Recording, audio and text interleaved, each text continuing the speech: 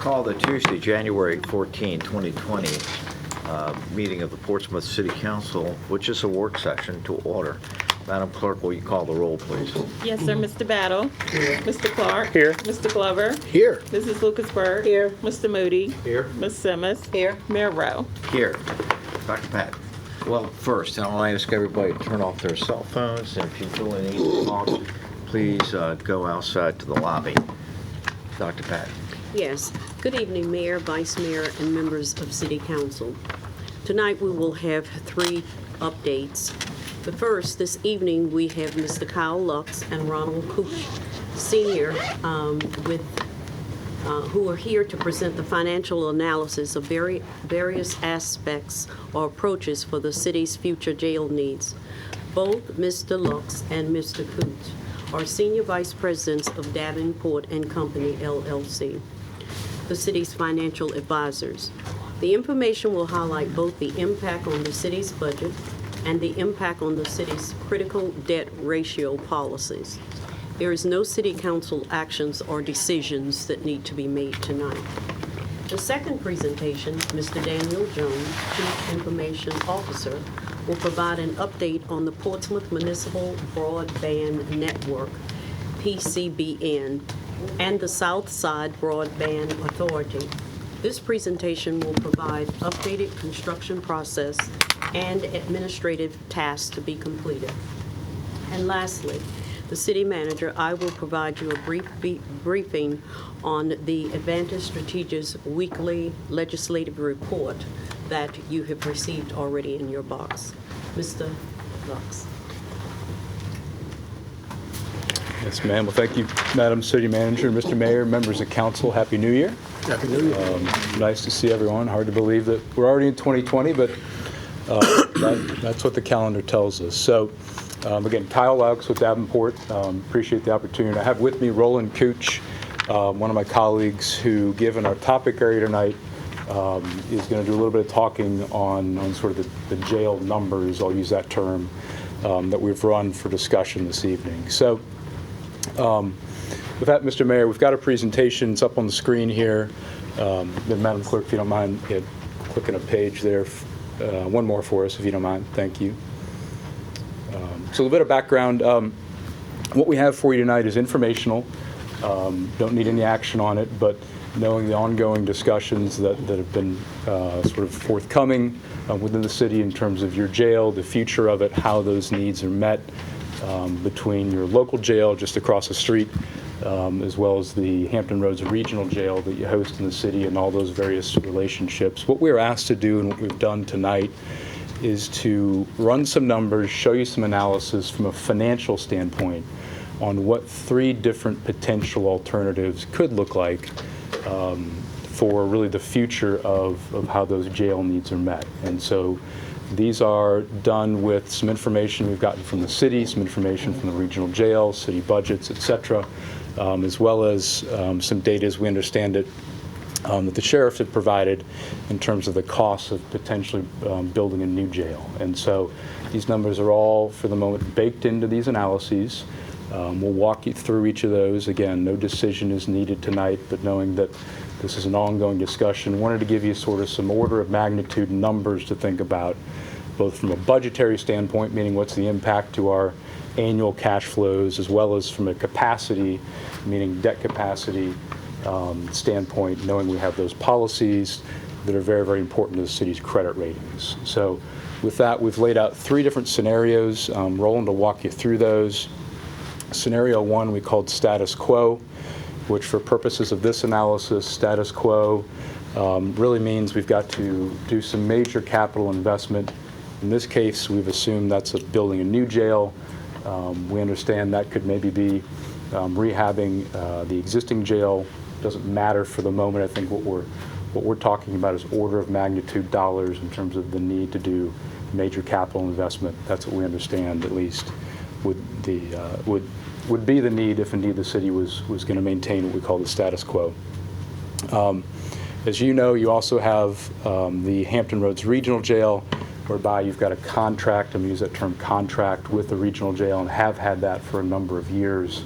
And so that's all sort of built into the numbers. So that's our status quo. Basically, we keep with the regional jail and have that contract, but yet we also do some major capital investment on a local jail. The second scenario, and really scenarios 2 and 3 go together. Both of those involve, in essence, what we call closing the local jail facility, meaning no longer having a local jail facility and using exclusively the Hampton Roads Regional Jail to do sort of all those local jail needs.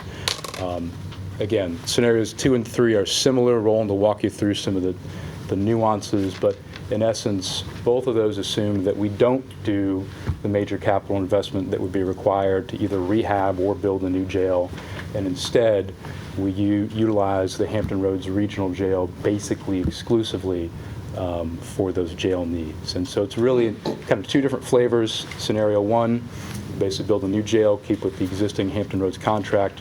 Scenarios 2 and 3, we don't build a new jail and again have that Hampton Roads as our only really sort of local jobs. So with that, I will turn it over to Roland on page number 3.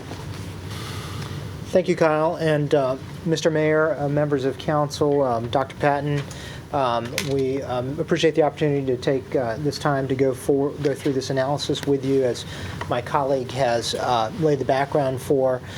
Just a little bit of an executive summary to kind of give you some of the facts that are behind the rationale for some of these scenarios. Currently, we'd like to go through this page and kind of lay out those sort of existing facts here. The city, as we stand today, currently meets its jail needs 2 different ways. That is essentially with its existing local jail, which was built in 1969 and currently has a rated capacity of 288 beds, as well as participation as a member jurisdiction in the Hampton Roads Regional Jail Authority. That is on a contractual basis and was entered into at the time the Regional Jail Authority was formed and was constructed. With the contracts there, as a member jurisdiction, the city has the ability to send a guaranteed number of inmates, up to 292 inmates per year, based on a formula-driven pricing structure, and that's set forth in the contracts. Each jurisdiction that participates in that jail authority has the same pricing structure based on the number of inmates that they send.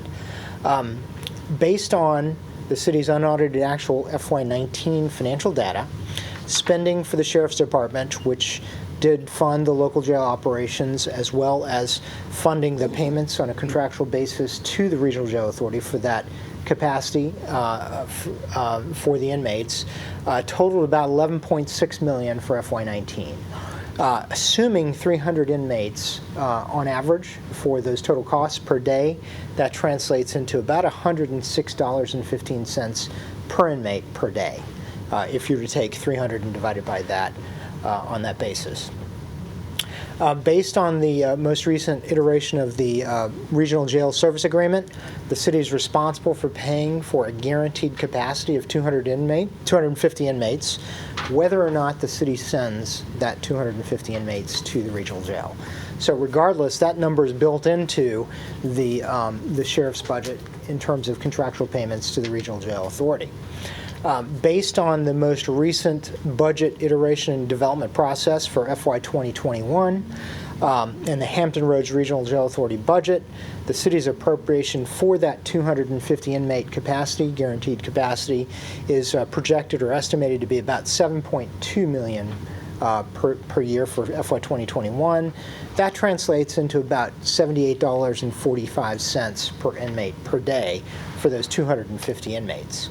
Now, I did allude to the ability to send up to 292 inmates. That is, if the city were to send 250 inmates to the regional jail, it's covered within that $7.2 million. But the additional up to 292, that's an additional 42 inmates, that's at a discounted per inmate per day cost. So that cost drops to about $40 per inmate per day. And again, that's built into the contractual payment basis there. Last point, as we talk through these numbers and think about the numbers you're going to see in terms of scenarios on the next couple of pages, we did want to point out that the city's average daily population of inmates has trended downward in recent years from about 715 at its highest, based on the years we looked at, down to about 380, and that's combined for regional jail, as well as inmates housed at the local jail. And those are historic numbers. Based on discussions and kind of research we've had with the city is estimating that number to be about 300 on a going forward basis. Therefore, that where you see we've analyzed those numbers and provided the per inmate cost per day, we've used 300 on the scenarios you're going to see in this analysis. If you'll turn to page 4. And again, based on this analysis, think about it as a snapshot in time as we're looking at this and evaluating potential scenarios. One potential option is if we were to do a status quo, that is keep the local jail system open and keep operating the local jail. One potential avenue or opportunity, thought and sort of option with that scenario is there may be a need for the construction of a new local jail facility given the age and state of the existing facility as it exists today. We were in discussion with city staff looking at an estimated $47 million cost for that. Of course, that is a ballpark estimate to the extent that the city would have to build a potentially larger jail based on historic numbers. That number could go up, but at least for purposes of this analysis, you'll see for an order of magnitude, we've assumed $47 million.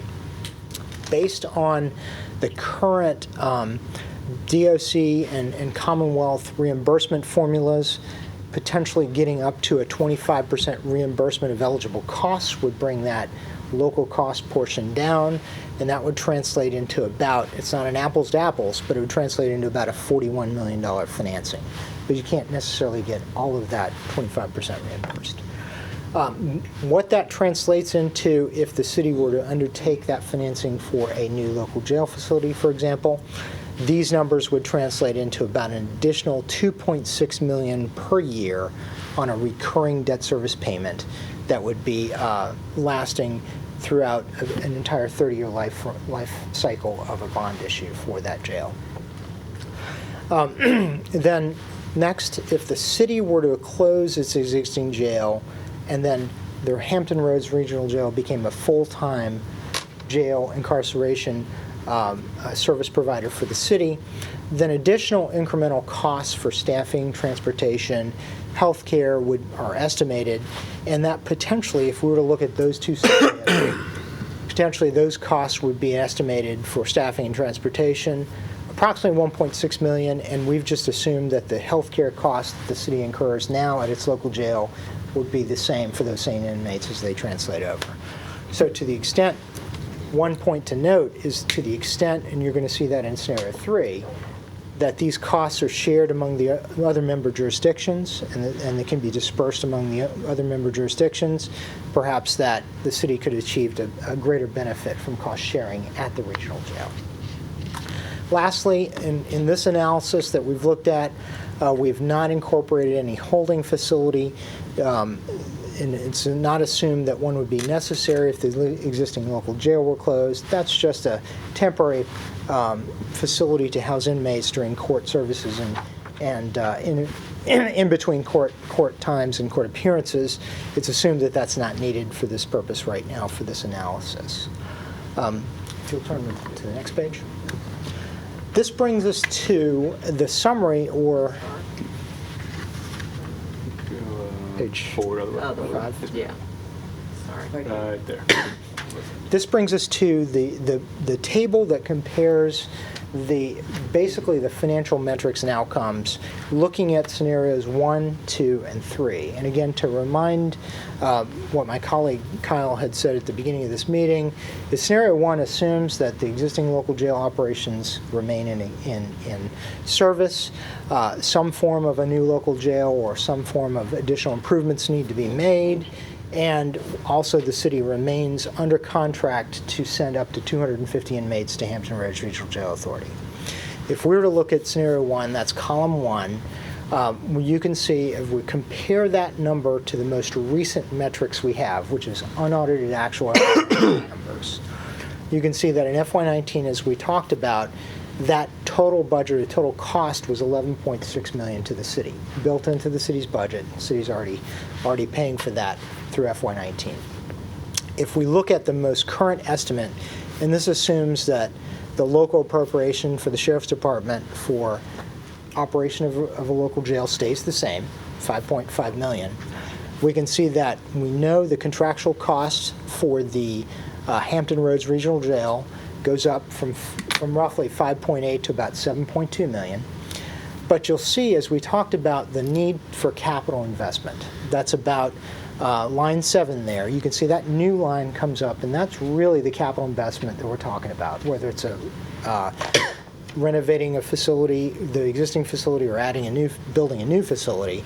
That number, for purposes of this analysis, we've calculated at about 2.6 million, based on the cost of that assumption to create that new facility. What that means is when you look at FY19 and project forward, if that status quo operation were to remain, that number would go from 11.6 to about 15.5 million. The resulting annual increase in terms of recurring new revenues that would be needed to cover that scenario equates to almost $3.9 million. If we're to translate that to a cost on an average of 300 inmates, we go from about $106.15 per inmate per day on 300 inmates to about $141.61 per inmate per day for 300 inmates. Now, we then looked at scenario 2, which was a scenario where the local jail would be closed. And you can see the big difference there in line item 1 is that the operational aspect of the sheriff or the sheriff's budget needing to have all the jailers and the sheriff's deputies to maintain a jail facility goes down. So that is estimated to go down to about 1.2 million. So we've extracted out the jail operation there. You can still see that the contractual cost for the 250 inmates is about 7.2 million. And again, now we're sending upwards of 300 inmates there. We've then added contractual cost for the additional 42 inmates, as well as outsourcing for about 8 inmates. We're just wanting to keep it apples to apples in terms of 300 inmates. On line 6, you can see then, by using the Hampton Roads Regional Jail, we, in discussions and conversations with the regional jail staff at the time we did this analysis, that incorporates the additional costs they would have to incur to maintain a 24/7 regional jail operation for the city of Portsmouth. So when you add all that together, there's a little bit of debt service for the magistrate's facility there, but you can see that the total cost under scenario 2 is about 12.4 million. And when you compare that versus scenario 1, that's about a $3.1 million decrease. Compare that versus FY19, that's about a $750,000 change upward. So scenario 2 provides a mathematically reduced cost approach to facilitating and providing inmate incarceration services. Now, scenario 3 is an iteration off of scenario 2. Scenario 3 is saying essentially, if we can take line number 6, which is the incremental cost for Hampton Roads Regional Jail to kind of boost up its ability to serve the city of Portsmouth, and split that and kind of share that with the other member jurisdictions, then that number comes down significantly. The total cost to the city would come down potentially below the FY19 levels, and definitely be below scenario 1 and scenario 2. So basically on page 6, this kind of wraps up kind of the summary and brings it all together. Scenario 1, as we've talked about here and you see on the previous page, is really under these assumptions provides for and results in the most expensive alternative mathematically for the city to provide jail incarceration services, and really results in an estimated upwards of about $3.9 million delta or increase from FY19 levels. In addition, financing a new local jail or jail improvements in scenario 1 would breach the city's debt policy guidelines. And I can defer to my colleague Kyle here to speak more in depth about that. But essentially, the debt policies govern the city's capacity within best practices to issue new debt. All of that then takes into context the city's CIP and needs going forward. But if we added a jail to the tune of about $40+ million, it would definitely force you through your debt policy guidelines. Scenarios 2 and 3, the city remains in compliance because we're not issuing any more debt. We're not competing with the capital needs of the city's CIP.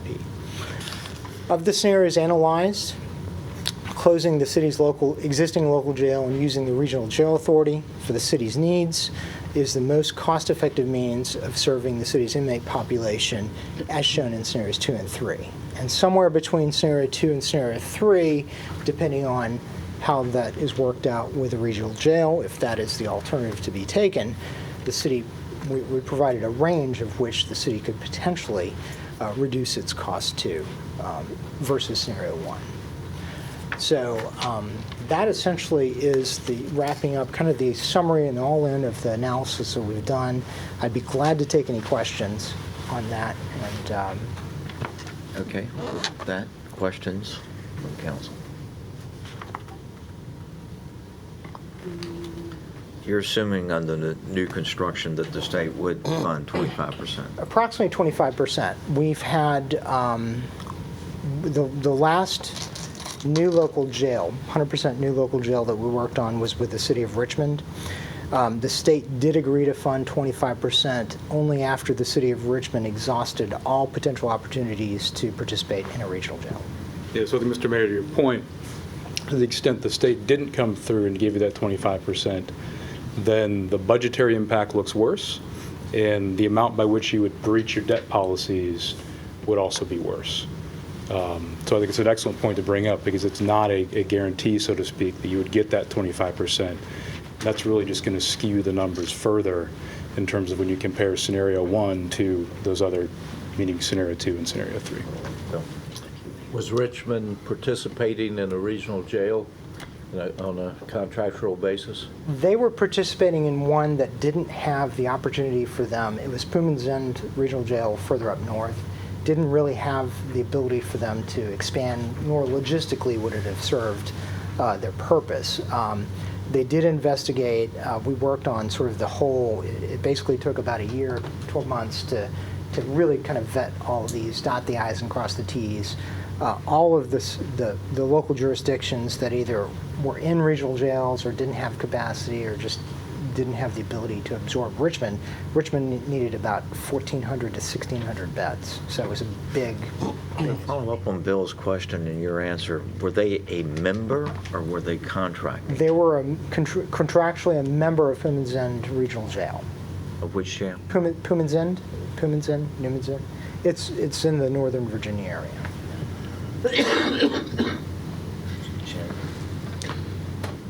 Kyle, thanks. Can you explain exactly what it means, just for clarity's sake, the debt capacity Yes, sir. and what the breach is of the debt capacity? Yep. So I think we'll maybe find the page. Go to page 14. Bottom right. So Councilman Glover, as you recall, really thinking even back to last spring and summertime when the city went and borrowed new money for its general governmental capital projects that was all factored into the council-adopted CIP. If you recall, maybe some of these charts look a little bit familiar. The city has several self-imposed debt guidelines that basically sort of limit, from a policy perspective, the amount and magnitude and the timing of the debt that the city borrows for capital projects. And so when we look at those, and those are very important to the rating agencies, as you recall last year we had our ratings affirmed really twice by virtue of the capital project financing and then coming behind that with the pension bond refinancing. The agencies were all comfortable with that. One of the really important and critical pieces of that was understanding that we were currently and projected to continue to be in compliance with our debt policies, and really all of our financial policies, but our debt policies for purposes of this discussion. And so what we did in this analysis is to say, all right, if we go take our existing capital program as we know it, and we layer on the need to do another $47 million for, again, a new jail. Maybe that number's a little high, a little low. We're not necessarily per se experts in the construction side, but order of magnitude wise, if we had to layer on $47 million on top of what council has approved and adopted within your capital program, what you see is on a projected basis, we would, in essence, go above the red lines there. We would breach those debt policies that, again, are very, very important to the rating agencies and are a major factor in the city's credit ratings that have been so solid and so good in recent years. And so hopefully that's a little helpful in terms of answering that and giving a little color in terms of what we mean when we say breaching the debt guidelines. We don't mean that we've breached it right now. What we mean is if we continued on that path, given our overall capital needs as a city, layering this potential jail project on top of it, we do expect you breach those debt policies, and that could put the city's rating in jeopardy. Paul? I noticed that you said anything above $40 million during the speech, that it would make us breach our debt service, right? You said 40 million? Yeah, I think 47 was what we used for the cost of the jail, but about 41 is about the size of the financing, if that's... Right, anything above that. Yes, sir. Okay. Now, I just want to know a little bit about Davenport and the services that you provide to us and for us. I see your name, Yes, sir. a signature on a lot of things that we do. So could you tell me the things that you supply us with, that you do for us? Certainly, yes. So we've been the city's financial advisor for probably about 10, 12 years, thereabouts. Don't quote me exactly on that number. And in that role, we help you with a bunch of things, but some of those are capital planning. So when we talk about the capital program and the CIP and can we fit things within our debt policies, that's a big piece of it, meaning understanding what really is the impact of your capital program on your credit ratings, on your financial policies, and helping you do some of that planning so that when you as a city go out and need to go borrow money, which every city like Portsmouth eventually does, you're in the best possible sort of posture to go talk to the rating agencies and ultimately go enter the credit markets. So that's a big piece of what we do in helping you think about the policies and the appropriate level. When the time comes to actually borrow the money, if you recall last year, we went through the process of borrowing some new money for some capital projects. We went through a process for refinancing the pension bonds for a bunch of savings. And so I guess in summary, it's really helping you as a city and a council, hopefully, to plan smartly and strategically so that ultimately when you go out and need to go borrow some dollars for whatever it is, if it's a jail, if it's school, if it's whatever it is, you're in the best possible position to be able to go out and do that. So I'm assuming that this presentation is designed to show us, with all things being equal, how detrimental financially it may be to our credit rating and the stability financially of the city. So I'm assuming that we asked you explicitly for that. So what if we said, show us how to build a jail without entering our debt capacity and losing our credit rating, with the minimal amount of tax increases, if any, then you would work on that as well. We could, and let me say this, Councilman, it doesn't make any difference to us whether you build a new jail or it doesn't. No, sir, that's not what I'm saying. Right. What I'm saying is, we could request that from you, and you say you could work that as well. That's all I wanted to know. Yeah, yes, sir. But I think one point I'd I'd maybe leave that comment with, if Madam Clerk, if you could go back to that page with all the different numbers. I think just the order of magnitude in Right. terms of the impact to your budget. Right. And you is said a very substantial. good statement. Sir, It doesn't matter to you. You're going to give us what we asked for. we're going to give you mathematically and based on best practices, our best advice. Yeah, but I I'm think that's- saying, yeah. you're giving us what we asked for. Yeah, we are, yes, sir. Oh, thank you. Thank you. Giving you the numbers that. Thank you. that- Yes, sir. Based on the best information we had. Thank you. Okay, yes, What sir. we asked for. Any questions? Lisa? I guess considering you realize that that it is, a court matter with this and that we're waiting for a judge opinion. So this is our long-term goals that we would eventually, have to aspire to reach one of the scenarios that are listed here.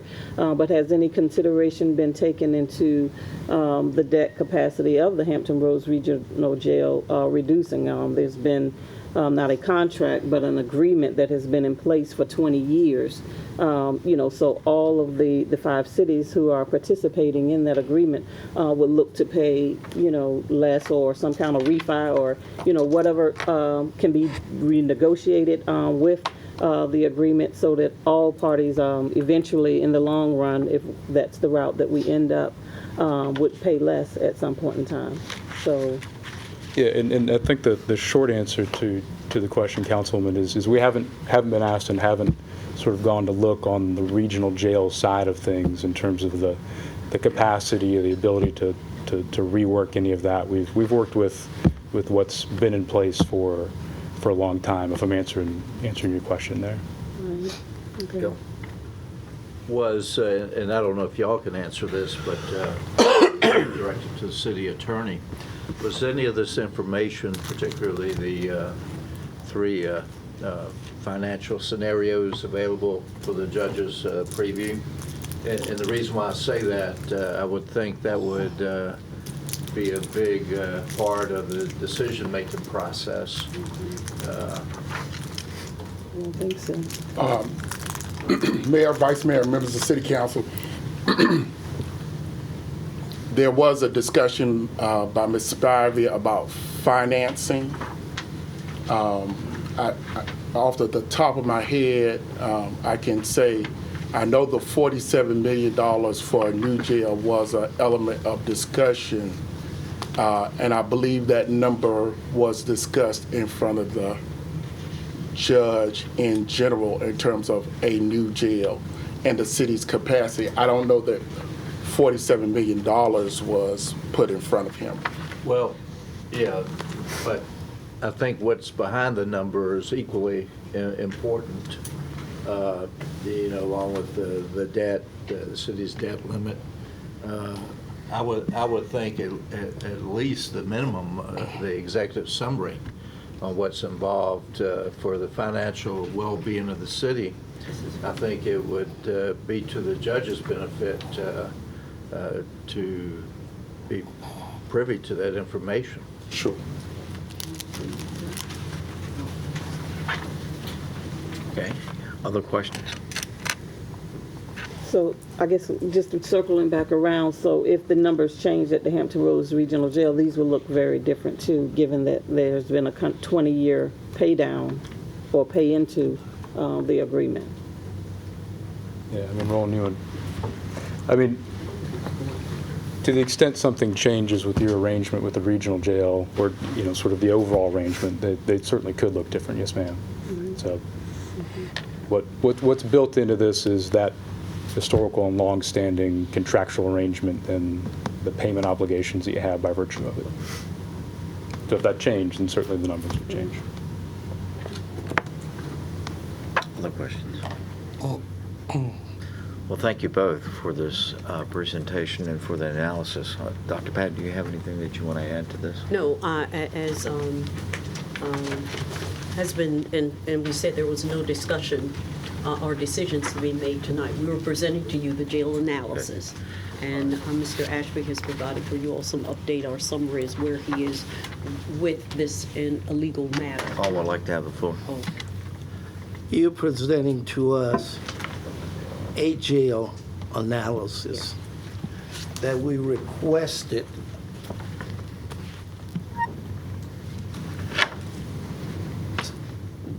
especially geared to only what we asked for. There was a guy one time, and him and his wife were divorced. And I heard his side, and that was all I heard, and everything he said was wonderful. What I'm trying to say, there's two sides to every story here, and we just got one side here, and there's another side, and that's the side of, are we gonna keep the jail? What would be the parameters then? See, that way we'll know both sides. And from what was done in the courts recently, the jail is kind of a fixture at this point. And we are only in negotiation phases. So maybe we should look at both sides or not just have one version that is slanted and geared to all parameters being equal at this point, what the situation is. Let's look at, well, how can we get a jail? How can we best do that? You see what I'm saying? Because at this point, we still don't know what the judge is going to do. But from what he said get the jail in a health condition where the citizens that go there will be out of danger of or up to standards to be detained in that facility. You kind of understand what I'm saying? This is just one way, and this is going the way kind of contrary to what where the judge is at this point. So let's hear the others, let them come back and tell us how we can work a jail out possibly. Well, how is it contrary if it says you keep the current jail or you build a new jail? It's either, I don't see the contrariness in The that. contrariness is if we ask them, how can we, with the State of the Union, I don't follow that. that means the financial situation that we're in at this point, what would be the less pain-bearing way for us to incorporate a jail? You know what I'm saying? Not really. Bill? Well, I think that's what these gentlemen shared with us. No.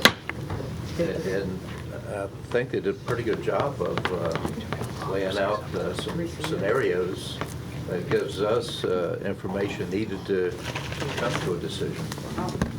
I would like to know, how can we build a jail if we have to and not injure the debt service situation I think that would be magic. at the, well, at the very least, we should allow the sheriff to come in and to give us his figures and his facts. Okay? Any other comments? Let's move on then. Thank you very much. Thank you all. Thank you, we appreciate it. We're at item 2. Yes, Mr. Daniel Jones will come forward with the Portsmouth and Regional Fiber update. Mr. Jones.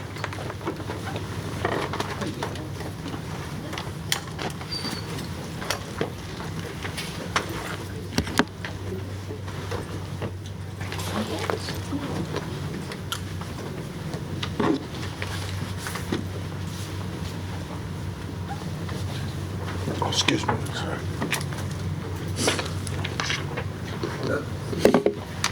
Good evening, Mayor, Vice Mayor, members of City Council.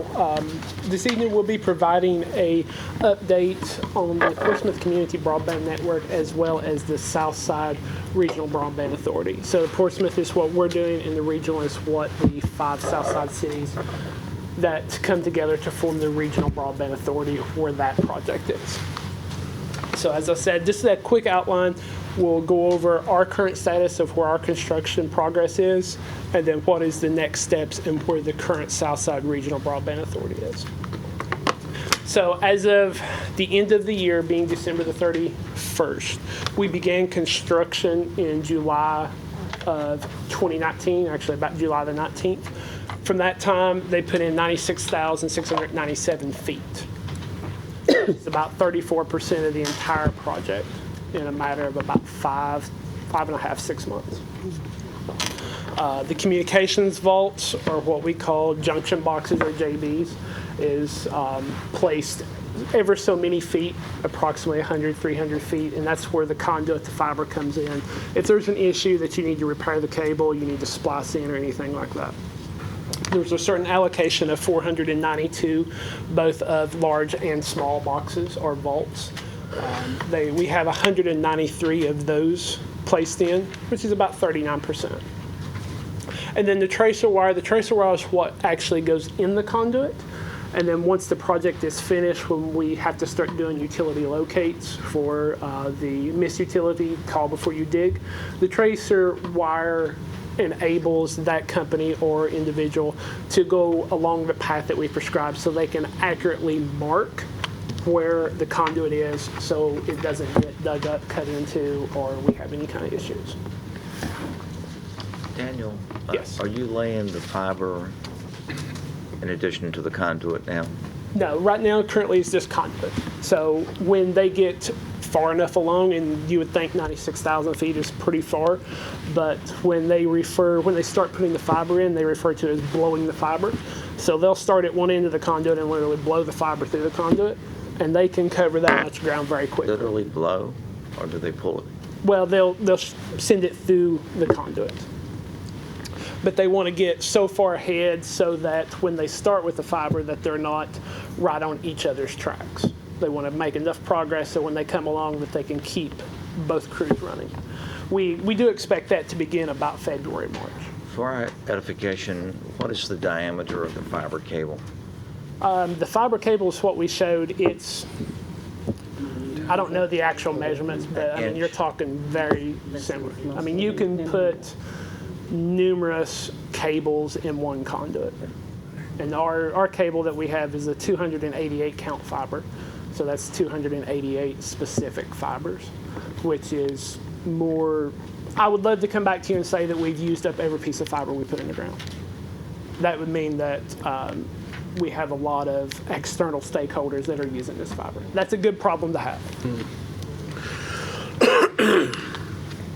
So with the Southside Regional Broadband Authority that all localities adopted, approximately I think November the 15th was the last council resolutions that circulated through the 5 Southside cities that agreed to form the authority. Those were all adopted, the resolutions were passed. The articles of incorporation and all the legal framework was sent to the State Corporation Commission. As an authority, you have to be registered just like any other business. Currently, that paperwork is still with the State Corporation Commission. So as it stands right now, I haven't heard today that they might have got it back, but the authority is not legal yet.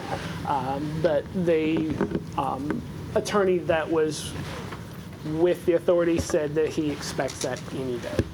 So once that paperwork comes back, it will be official from a paperwork standpoint that the authority is up and operational.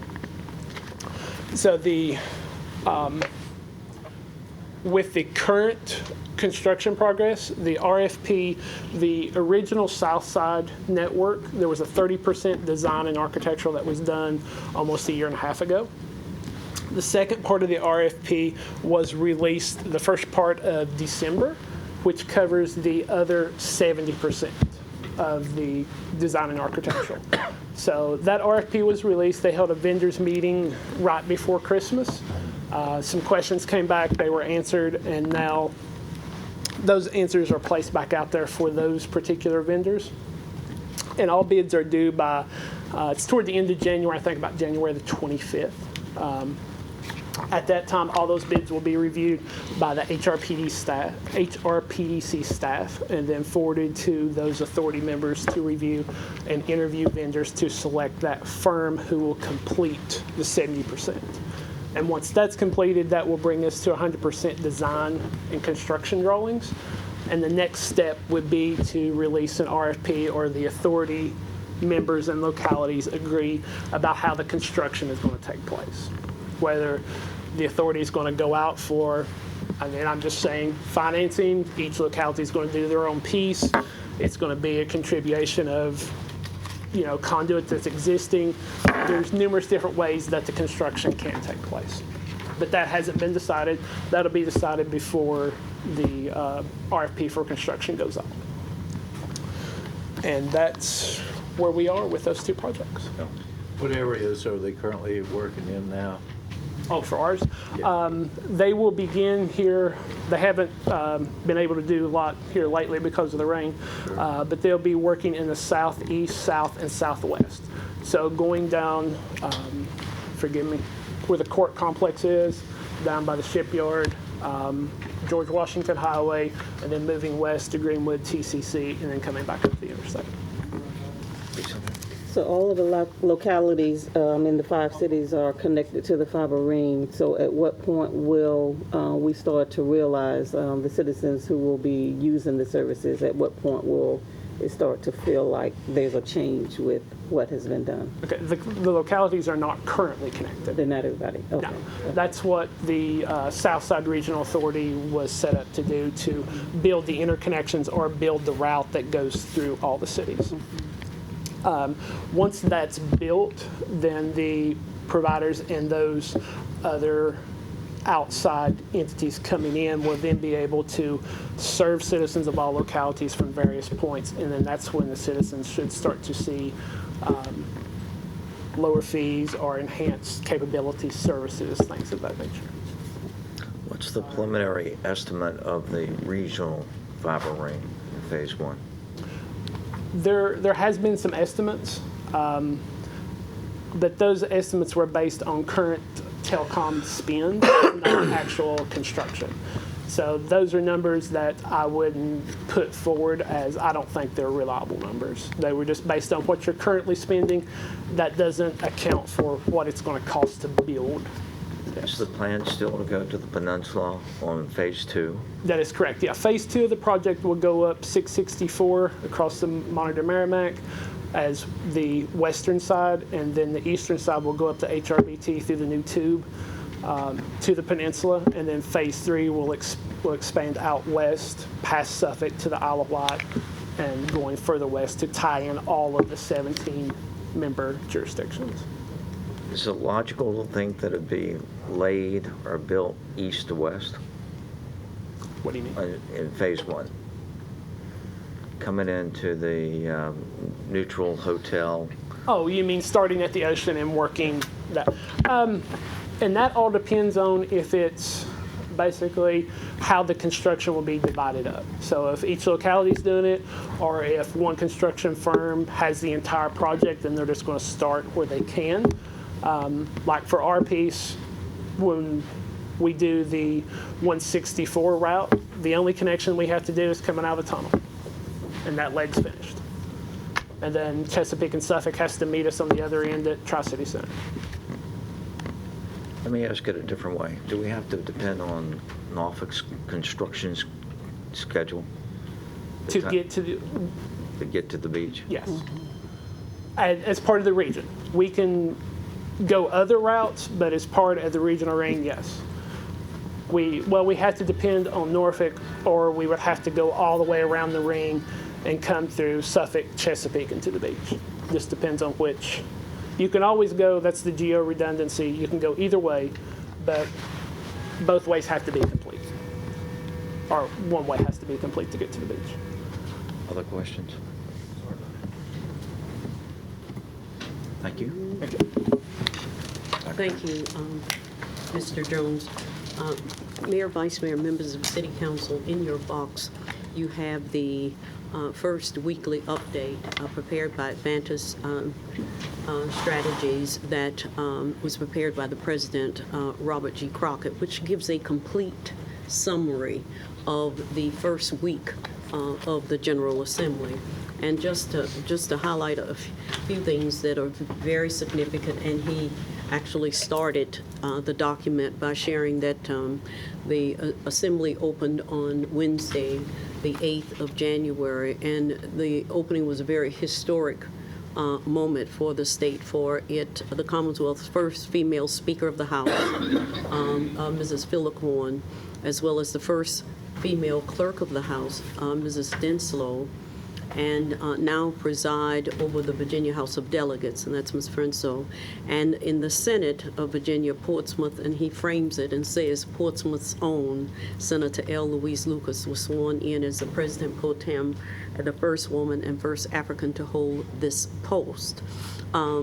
It also shares with us that Advantis is well positioned and poised to work very closely with us during this General Assembly. It lists the bills which are in our legislative package, the H.Bill 1242, which Representative Heritage is carrying for us, and the authority of localities to provide broadband services. H.Bill 1244, which Mr. Heritage is carrying, is the patron for the Virginia Telephone Privacy Protection Act. And along with that, Senator Lucas is working on SB 201, which is the Virginia Telephone Privacy Protection Act and telephone solicitation calls. In addition, H.Bill 1454, which is the Department of Environmental Quality, consolidation of erosion and sediment controls stormwater. Representative Heritage is carrying that, and Mamie Locke is carrying for us SB 124, which is the food stamps eligibility drug-related. SB 350, Senator Lucas, the emergency shelter upgrade, as we put that forward as an assistance grant fund. And SB 351, Senator Lucas, authority of localities to provide broadband services. It also gives comments on other bills that are important, that are before our legislative bodies this year. And this will come probably by every Sunday, and we'll get it out to you as soon as we receive it. But if you would take the time to go through it. Also, you have in front of you all of the standing committees and who have been appointed to standing committees for 2020 session. And he also included in that the 2020 session Senate committees' time and place of meetings.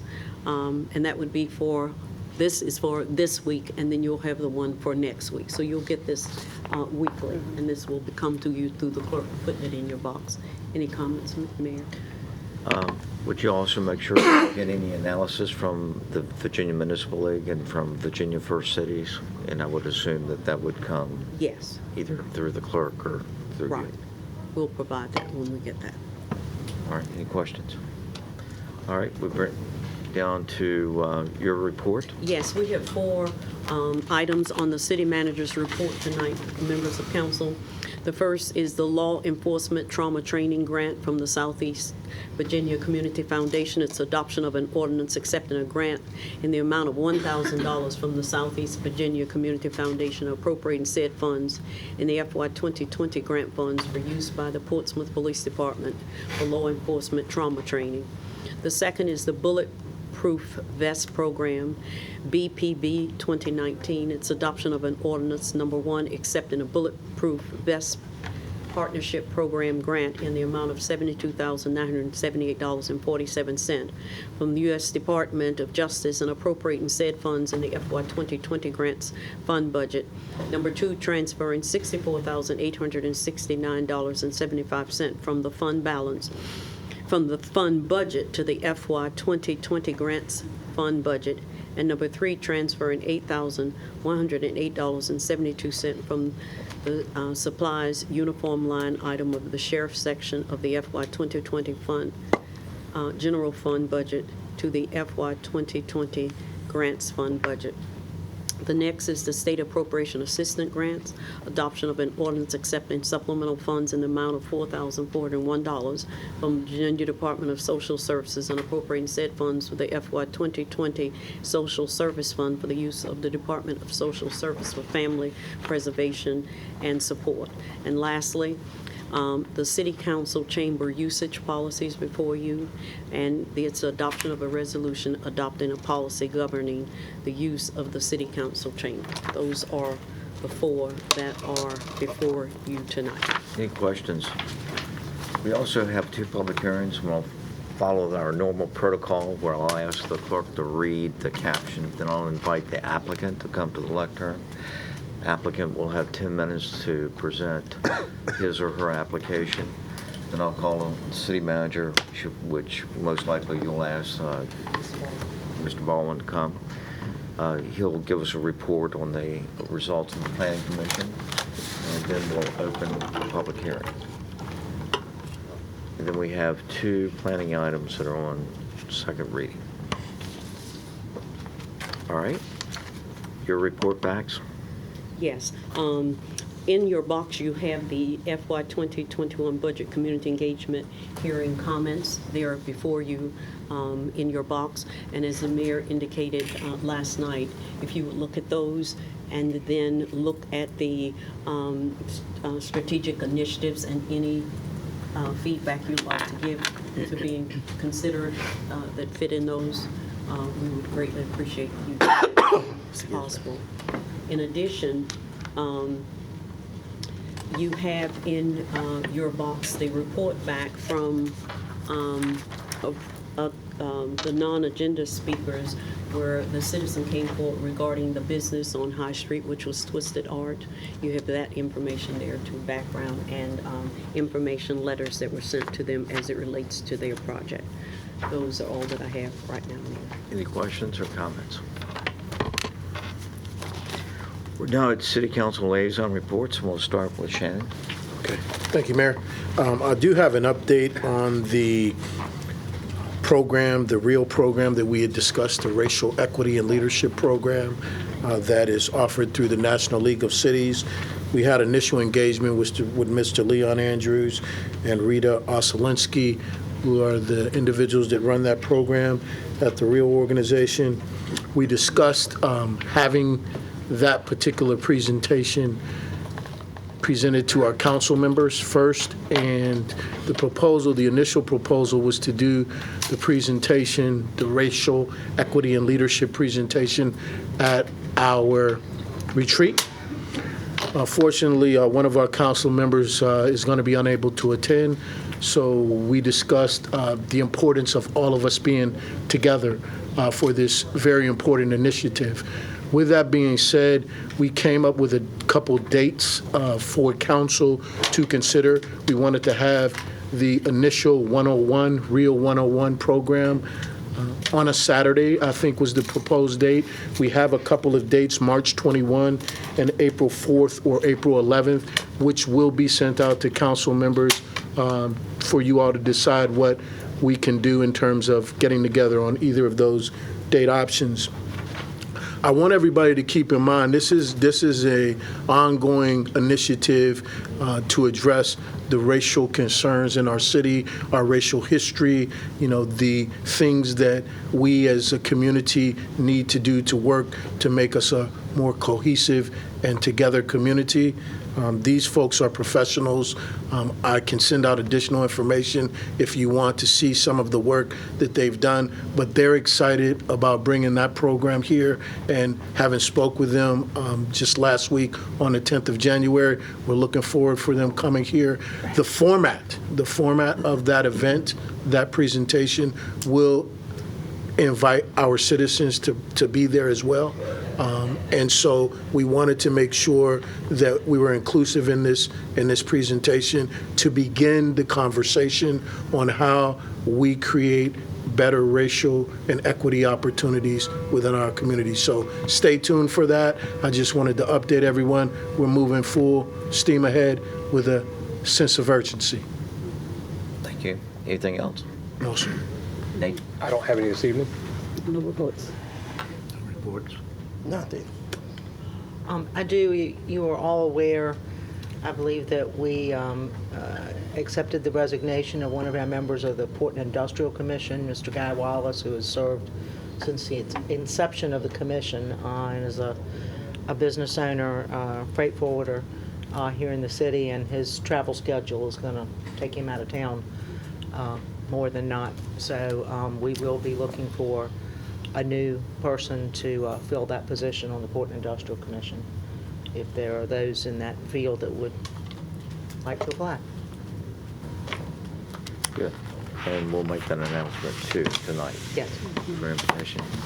My report before you is the regional advisory panels report. HRT got a grant from the Department of Public Transit and Rail to do a strategic study of what transit would look like in the region.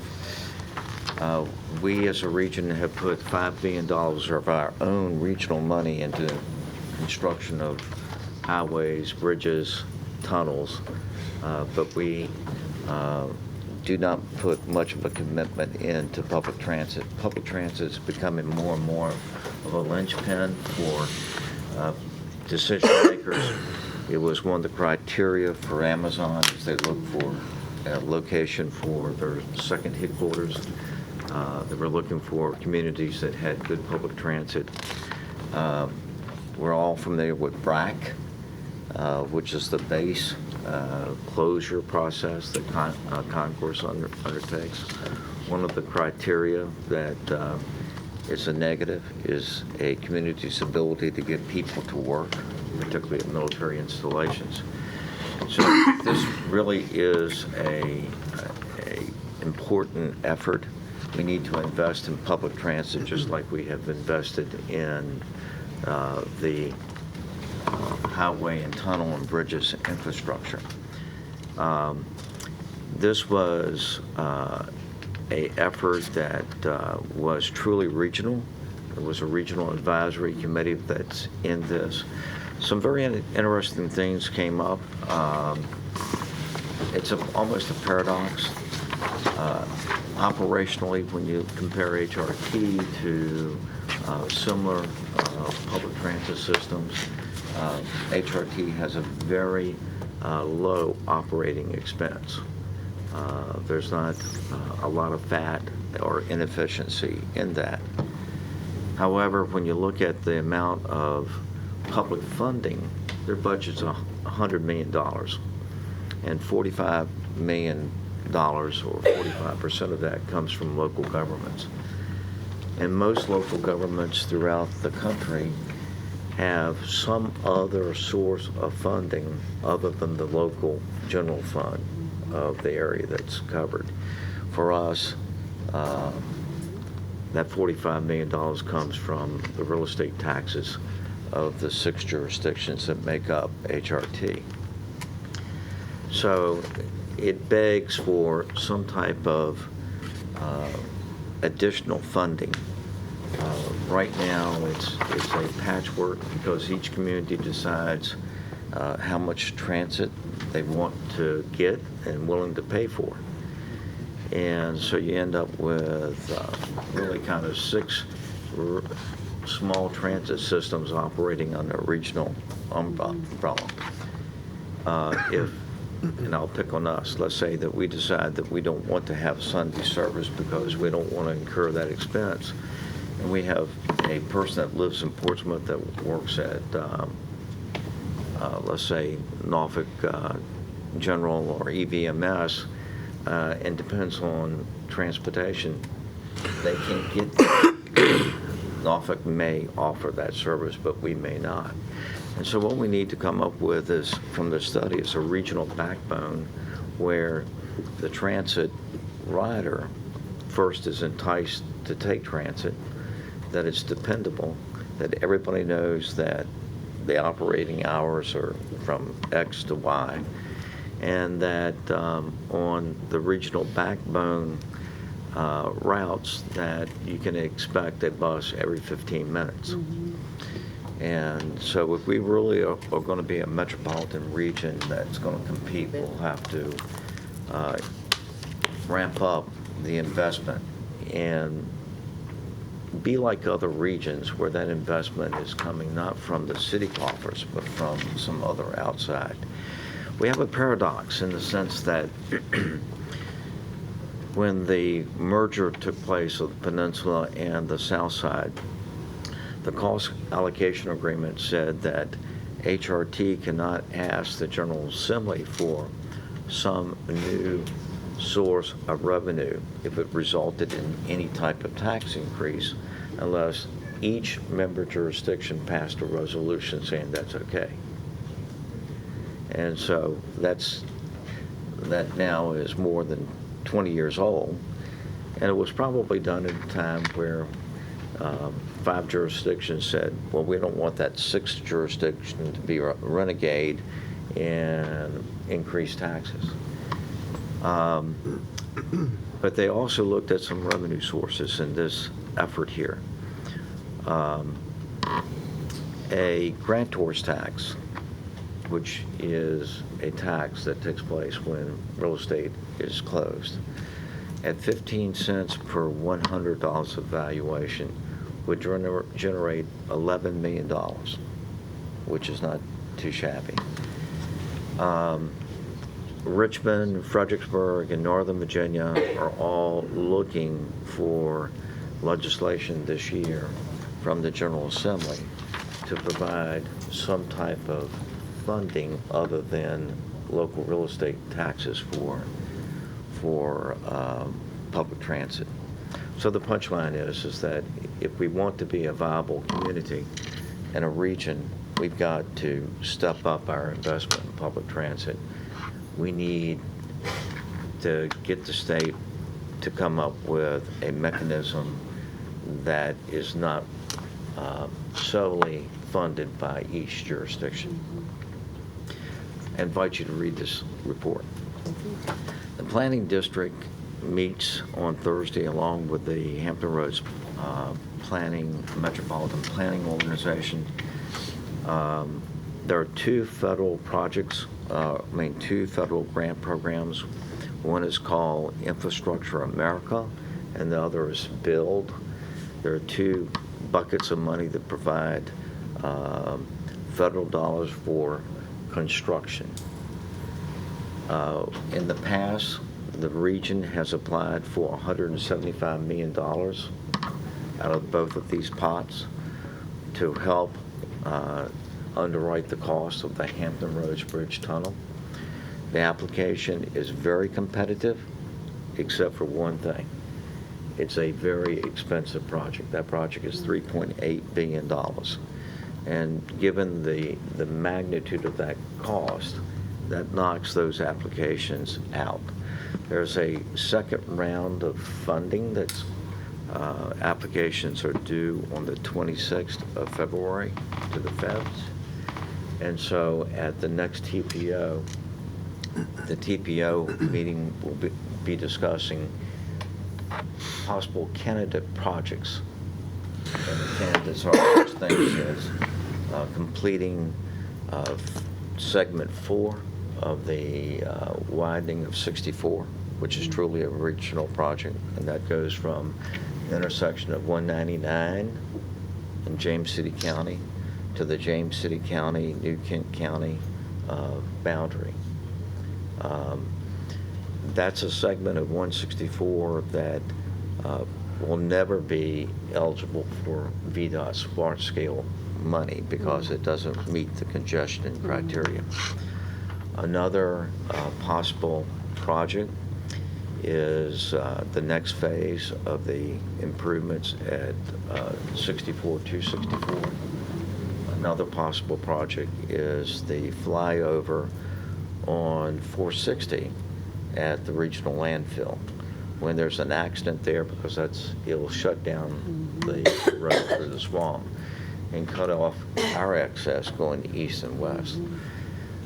So I wanted to report to you that that discussion is going to take place on Thursday at the TPO. The goal of trying to come up with a project or two projects that we can put an application in them. Okay. All right, any other reports? Any questions, any comments? Question I do have, as part of Nate and I's liaison report, we were waiting to reschedule our joint meeting with school board, liaison meeting. And we wanted to wait maybe until we have the funding, the formula funding, and also with our city attorney, review the claims to determine where we are with the reappropriation. So. Any other comments? Okay, we'll adjourn the work session. We'll convene at 7 p.m. sharply.